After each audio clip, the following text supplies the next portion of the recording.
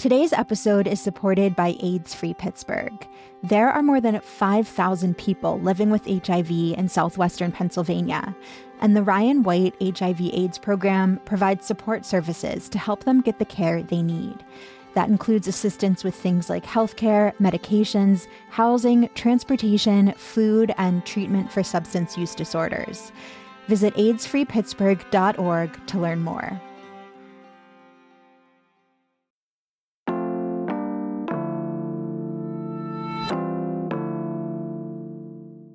Today on CityCast Pittsburgh. Pittsburgh officials agreed last year to pay $6 million to make a master plan. It was supposed to be a blueprint for how the city could grow and improve over the next 25 years. But now, many months in, City Council and some community leaders say the contractor responsible for gathering all these big ideas, they maybe didn't do enough. Today, I'm with Post-Gazette reporter Hallie Lauer to talk about what we can do about that. Should we have gotten more bang for our buck? And if we do pull out, if council decides to cancel the entire thing, what happens next?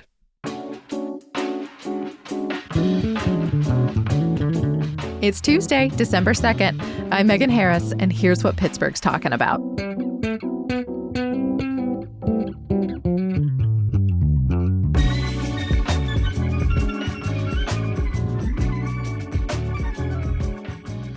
Hey, Hallie, welcome to CityCast. Thank you so much. I'm excited to be here. So what is the 2050 plan? So the 2050 plan, to put it very bluntly and in a way that sometimes makes city council members mad at me, is it's a plan for a plan. It's sometimes called the comprehensive plan, the master plan, but essentially they are putting together a bunch of things so that when the city looks back in the future to think about, like, what are they going to do for development or stuff like that, they have guidelines for it. I don't think I realized that's what this is. Like, usually master plans, comprehensive plans, they're like an opportunity to dream a little bit. Like, there's always stuff on there that, like, is absolutely never going to happen. But I think I thought it was more specific than that. It's a plan for a plan. Essentially, yes. And there is room for dreaming in this. And actually, Pittsburgh is looking at, in their public engagement process, there's 3 different scenarios that people can look at. So there's like the most realistic. By time? Or, by realism. Okay, great. Yes. So you have like the most realistic, like with the funds and the timeline that we have, we can do this type of development in this neighborhood. Or, you know, if everything was endless and we had all of the workforce and all of the manpower that we could dream of, we can, you know, convert riverfront property into whatever we could dream of. So there is some dreaming in it, but essentially it's guiding how the city is going to use the land in the future. Okay, so land use. What are there types of things that it includes? Like, you know, are we talking like activities, projects? Like, how is it built out? It looks at 20 different policy areas is what they call it in, you know, the city planning jargon. The super dry city council language? Yeah, got it. Yes, but essentially that is just things like, how are we using the land in a way that helps promote like ecology or environmental justice? You know, how are we developing in areas that have maybe been underdeveloped? Are we slowing it in overdeveloped areas? Are we looking at how transit can help improve the ways people move around the city? And are we building transit-oriented housing? It's all types of different areas like that. Yeah, I mean, how do plans like this typically get started? Like, gosh, I mean, I've been here a little over a decade. I feel like I've sat through at least 3 separate master plan conversations in the past, and I'm not even following as closely as people like you. Yeah, 3 is honestly probably a low number because we have so many neighborhoods. So many of them have their own plans. So a few years ago, the Oakland master plan was a huge topic of conversation at City Council because it took years to develop. How they really get started in most cities is that someone in a planning department realizes that the city doesn't have one and that they should, instead of having all of these little piecemeal plans, having one that can help guide everything. Yeah. I mean, why 2050? Like, why is like 25 years from now, like the number they landed on? That's actually a fabulous question that I don't have a precise answer for. I can pontificate on why I think 2050. I think it's long term enough that it does still kind of feel like a dream, but you can feasibly talk about what development you want to see in that timeline, because development does take so long. And a lot of these things would take lots of money from the state and federal government. They would need to help chip in on a lot of those things. So I feel like that's the time frame where like it's realistic enough for people who, you know, are in their 20s, 30s, 40s, are still hopefully looking to live in Pittsburgh. So they can feasibly think about a Pittsburgh in 25 years. And it gives enough time for development to actually happen. Okay, so City Council is very mad about this 2050 plan. Why are they so pissed? That is a twofold answer. So initially, part one. Part one, they were very, very upset because the plan cost $6 million. And they all, despite thinking that was too expensive, approved it anyway, because it is important for the city to have in the long term. And because Pittsburgh has never had one, they decided like, okay, we will allocate those funds to that. Wait, we've never had a comprehensive plan? Is that semantics? Like we just have never called it this, or we've like literally never had one plan for the whole city? I feel like I'm making a Lord of the Rings, like one ring to rule them all joke here. But you know what I mean? Yes, there has never been one entire citywide plan. There's been individual like neighborhood master plans, like we've said, but the city as a whole has not had one. That seems fake. Like I believe you and I believe them, but that doesn't seem real. Like we talk about this stuff constantly. Yeah. Okay, so I was going to ask like how often we do this, but I guess the answer is never. Yeah, us never. Most cities that have them, they recommend revisiting them every like 5 to 10 years to update things. Okay. But we don't have a baseline. Was $6 million a lot for that sort of thing? I guess for other cities, since we've never done it? $6 million is one of the most expensive plans in the country that I could find. Okay. Especially for a city our size. So our size, you would typically see between like 200 and 300,000, maybe $500,000 at most. So what are we paying for? What does $6 million buy us?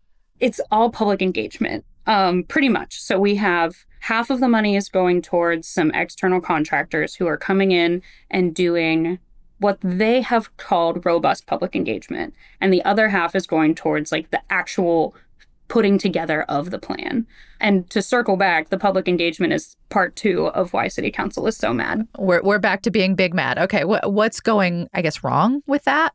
Yeah, so they promised, they being like city planning and the external contractors, promised that they would do public engagement like Pittsburgh has never seen before. You know, hitting every neighborhood, talking to every person. And I feel like that's their first mistake. You can't set the bar that high. Like you gotta keep it middling at best and then over deliver, you know? Right. Well, but with a price tag of almost $3 million for just that component of it, that you kind of got to promise high.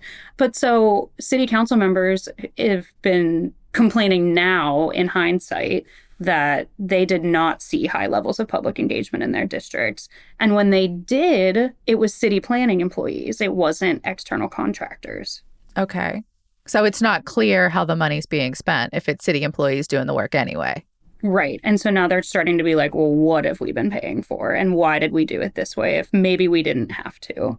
Wait, so how long have we been paying these external contractors then for work that we can no longer like discern?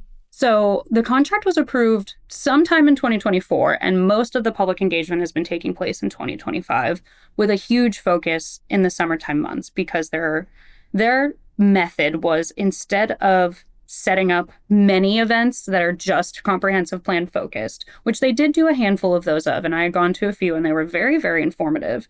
But instead of doing that, they were tagging along to other events. So like City in the Streets, they would set up a booth there and try to get engagement that way. But it's starting to seem that maybe it wasn't all it was promised.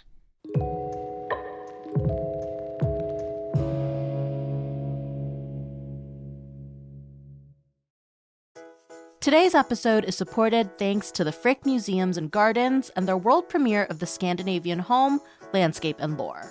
I know it is so hard to leave the house when it's dark and cold, but at the Frick, you're gonna find magic and comfort.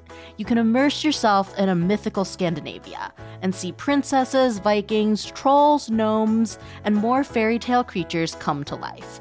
You'll get to look at furniture, ceramics, glass, textiles, sculpture, and more fine decorative and folk art. It's from Denmark, Norway, Sweden, and Finland.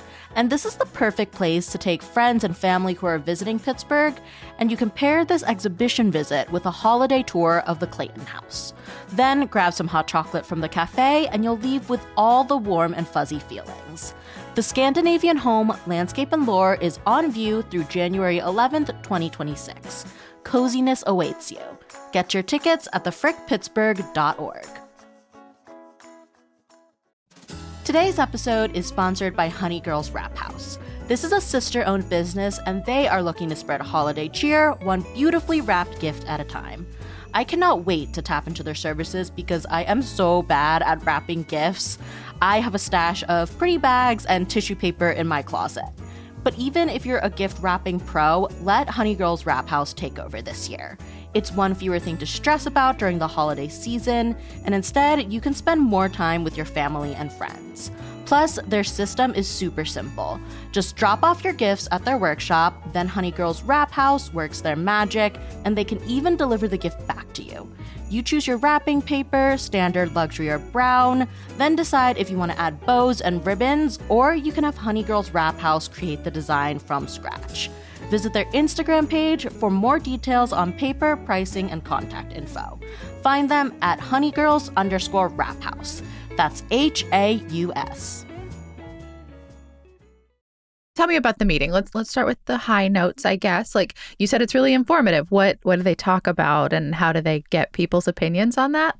Yeah, so it was just an open meeting at the Energy Innovation Center, and it was twofold. So the first part was like a meet and greet, like open conversation, where along a long hallway, they had different poster boards, for lack of a better term, honestly. And it showed those three scenarios that I was talking about for each policy area. So like you had one poster board that had like environmental justice on it, and it would have three different columns on like the most realistic and then the dream scenario. And so people got to walk around and talk to some city planning people about like what all of this means and like what they want to see. And then they also had another like larger poster board where people could put their input in. So they could talk about like, here's the policy that I'm most concerned about. And they would stick like a star or a red dot or something on there. And then the second part was just like an open forum where people gave a full presentation on the plan and what the goal of it is. And then other people could kind of like talk about their ideas. And it was more of like a roundtable discussion. Poster boards and stickers at an open meeting. This sounds kind of like a science fair. Like I feel like every nonprofit leader in the city that's listening to this is like, yeah, I could have done that for $50. Yes, it was kind of giving science fair. And I love a science fair, but like that's not a $3 million endeavor. Correct. And it came across too in a way that like I'm someone who has spent a lot of time reading about a lot of these policy areas and like researching them. Yeah. And there were boards that I was like, I don't understand what's going on here. Okay, cool. So confusing even the folks that live and breathe this stuff. What is council talking about doing right now? Like I know they've been expressing their frustration, but like I guess what's on the table? The phrasing in the legislation is terminate the contracts, but the actual intent behind it is to pause them. Okay. Right now, council has this legislation on the table with the goal of reclaiming some of the unspent funds, which is about between $2 and $2.5 million. Hasn't been spent at this point. So we're already in for $3.5 to $4 million regardless. Yeah. Wow. And so the real goal is to see whether or not the city has the capacity to just finish it in-house and keep that last $2.5 million, which the planning department, Jamil Bey, the head of the department, is adamant that we don't have the capacity to do this in-house. So council is meeting and discussing right now, and it's a little unclear what happens next, honestly. Well, so what about normal people? Like, I think that's part of why I wanted to talk to you about this today, because I feel like I've really just started seeing these signs pop up around the city. Like, they're navy blue. They've got these big block letters. Like, it almost reads as like a support sign, like kind of like a political thing, which is not something I feel like I've seen before. I guess I don't like. Are we trying to drum up support? Or are we trying to let people know that they can participate? I don't know what these are for. Yes. So talking about the normal people aspect of this is actually my favorite part because so the signs, I think, are an effort to get more engagement and to get people to go to the website and share their thoughts so that they can say, we did all of this public engagement. But that feels performative if you haven't done the thing. Anyway, please keep going. I feel that had this been a normal priced plan comparative to other cities our size, regular people would have no idea about it because it's one of those city government things that is such insider baseball that it's not, is your trash getting picked up on time? Are there potholes in your road? It's not the stuff that everyday people care about. It's very niche. Like Pittsburghers for Public Transit are very vocal about their support for this plan because there's a huge transit component to this plan. So if you're not involved in like a community group or an organization like that works closely with city government and tries to promote things like that, I think absent the controversy over the price tag, you wouldn't even know it was happening.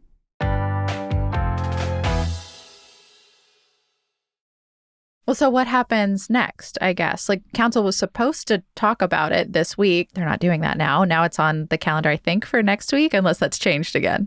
So council and city planning have like a closed door meeting this week to discuss the capacity of city planning and whether or not they can legally cancel these contracts with these outside groups. And then next week, they're supposed to vote on it, and we'll see what has come of that conversation. And they either vote it in, which would cancel the contracts and hopefully for the city save some money. There is a component of like, if we have the capacity, does that mean we're paying city planners overtime? Are we going to end up spending the same amount of money anyway so that people have the time and resources they need to finish the plan? No one seems to know the answers to that question. Or they vote it down and everything carries on as it was supposed to. I'm curious if like the controller or anybody has weighed in on this too, or like our mayor-elect, Corey O'Connor, because like, if it's a comprehensive plan, theoretically, he's the one who has to pick up the football and start running. They talk about money and how we don't have the money for anything all the time. How are they feeling about this? Truthfully, I don't know the controller's thoughts, but Corey O'Connor, as you said, mayor-elect, he has been supportive of the plan and the necessity for the plan, but too has been critical of the price tag of it. I'm not sure exactly if he's been briefed on like the public engagement controversy component of it. Yeah. I would imagine he has at this point, but I think he would be in favor of getting any money back possible, to be completely honest, just given his other remarks, like you said, on the budget and on the city's need to save money in whatever way that they can. Yeah. I mean, and for council's part, like, have they expressed some amount of regret? Like, I understand, like, realizing that you accidentally ordered more than you meant to, and now the bills come to you, but, like, they're the ones who okayed this in the first place. Like, you would have thought there would have been some conversation on the front end of, like, how much does this thing usually cost? Are we getting a good deal? There absolutely was that conversation. And to their credit, like, Councilwoman Deb Gross came with receipts to one of the early meetings and was like, here's what other cities spend per resident on these plans. Here's what we would be spending per resident. It's like 20 times higher. Like, and it was a rare split vote. Like, Pittsburgh City Council specifically rarely has split votes. And that one, I think, was like a 5-3 vote because Councilman Carly Mosley had to recuse himself because One Hood is one of the groups getting money for public engagement, and he's affiliated with them. Yeah. But even in recent meetings where City Council held a special meeting to just get an update on the comp plan, and outgoing Councilwoman Teresa Kell-Smith, after about 20 minutes of council members just kind of bitching about everything, she goes, I think what you're hearing right now is some buyer's remorse. So, like, they are regretful, but some of them are still in the mode of, like, we need this plan. We just don't like the route we're taking to get there. Yeah. So a hair of damage control, but it sounds like maybe they're not letting it dampen their spirit for the dreaming portion of this either. In some ways, yes, and in some ways, no. So Barb Warwick, the councilwoman for District 5, was a huge proponent of the plan last spring and during the vote. Like, she really was pushing it. She's been encouraging her communities to get out there. And she is one of the most vocally disappointed about the public engagement component and is really like, what are we paying for? Why am I only seeing city employees? So, like, dreams have been dampened a little bit, I think, but there's also kind of like the sunk cost fallacy happening here where, like, we are at least already $4 million into it. And can we even claw back the $2.5 million that's left? Or, like, do we just finish it out because we're so far along? Yeah. I mean, is there also, like, if you step back, like this component of, is it worth dreaming right now? Like if we're struggling to pay for trash pickup and pothole fills and literally the lights, like if we can't pay for those things, what is the point of dreaming in this moment? I think the point would be that development and land use are going to continue anyway, regardless of the monetary challenges the city is facing. So we should have a plan for that land. But you make a very good point in like maybe get some other things in order first and then circle back to this.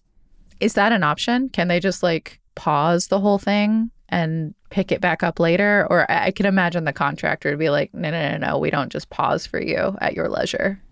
Yeah, that idea has been floated and is part of like the ongoing conversations right now. The contract is legally for 2 years. So like in theory and in legality, the city has to pay these contractors this money in 2025 and 2026. Whether or not they can get the companies back to the table and rework the contract. I am not a lawyer, but I think people do that all the time. They rework contracts. I don't see why that wouldn't be an option, but I don't know if it's on the table. Any sense of when we're going to know which way council falls? At least by the end of the year, because legislation expires at the end of this calendar year. So anything on the table, even if they just let it expire and run out, that will be our answer. We'll know that they're just going to continue on with the contract as written. Well, if people have thoughts, can they still participate in this in some way? Yes, absolutely. The website, PGH 2050, is still taking like open-ended answers for questions. And it does have a lot of really interesting information about like what the city could do with its space. Wait, do you have like a favorite? Is there a favorite idea that you've run across that just like as a Pittsburgher, you would love to see this come to fruition? Don't be realistic. I actually don't have a favorite idea, but I think there's an aspect of it that has been missing in a lot of city planning, which is what they're calling the just transition. And that is making sure that any of the development or land use is focused on benefiting neighborhoods equally. And I think given Pittsburgh's history of like redlining and segregation, I think that's a really important component, that they're not just looking at how can we maximize land use, but how can we also make sure Pittsburghers are benefiting from what we do in a way that they maybe haven't always. Yeah. Well, Hallie, thank you. If you are listening to this and you want to know more about what the heck we're talking about, all of these themes, like the way the comprehensive plan is split up, is on that website, pgh2050.com. There's also still a survey up. I'm clicking through now. So theoretically, that is still open. I don't see any events. But Hallie, we will keep watching your reporting to see whether council lets this thing continue. Thank you so much. That is all for today here on CityCast Pittsburgh. If you want to support us, you can do that at membership.citycast.fm. We read literally every single message that comes in. We know all Yin's names, and we really, really appreciate it. You can get some cool stuff and hang out with us from time to time. All the details are at membership.citycast.fm. We will be back tomorrow with more from around the city. We'll talk to you soon.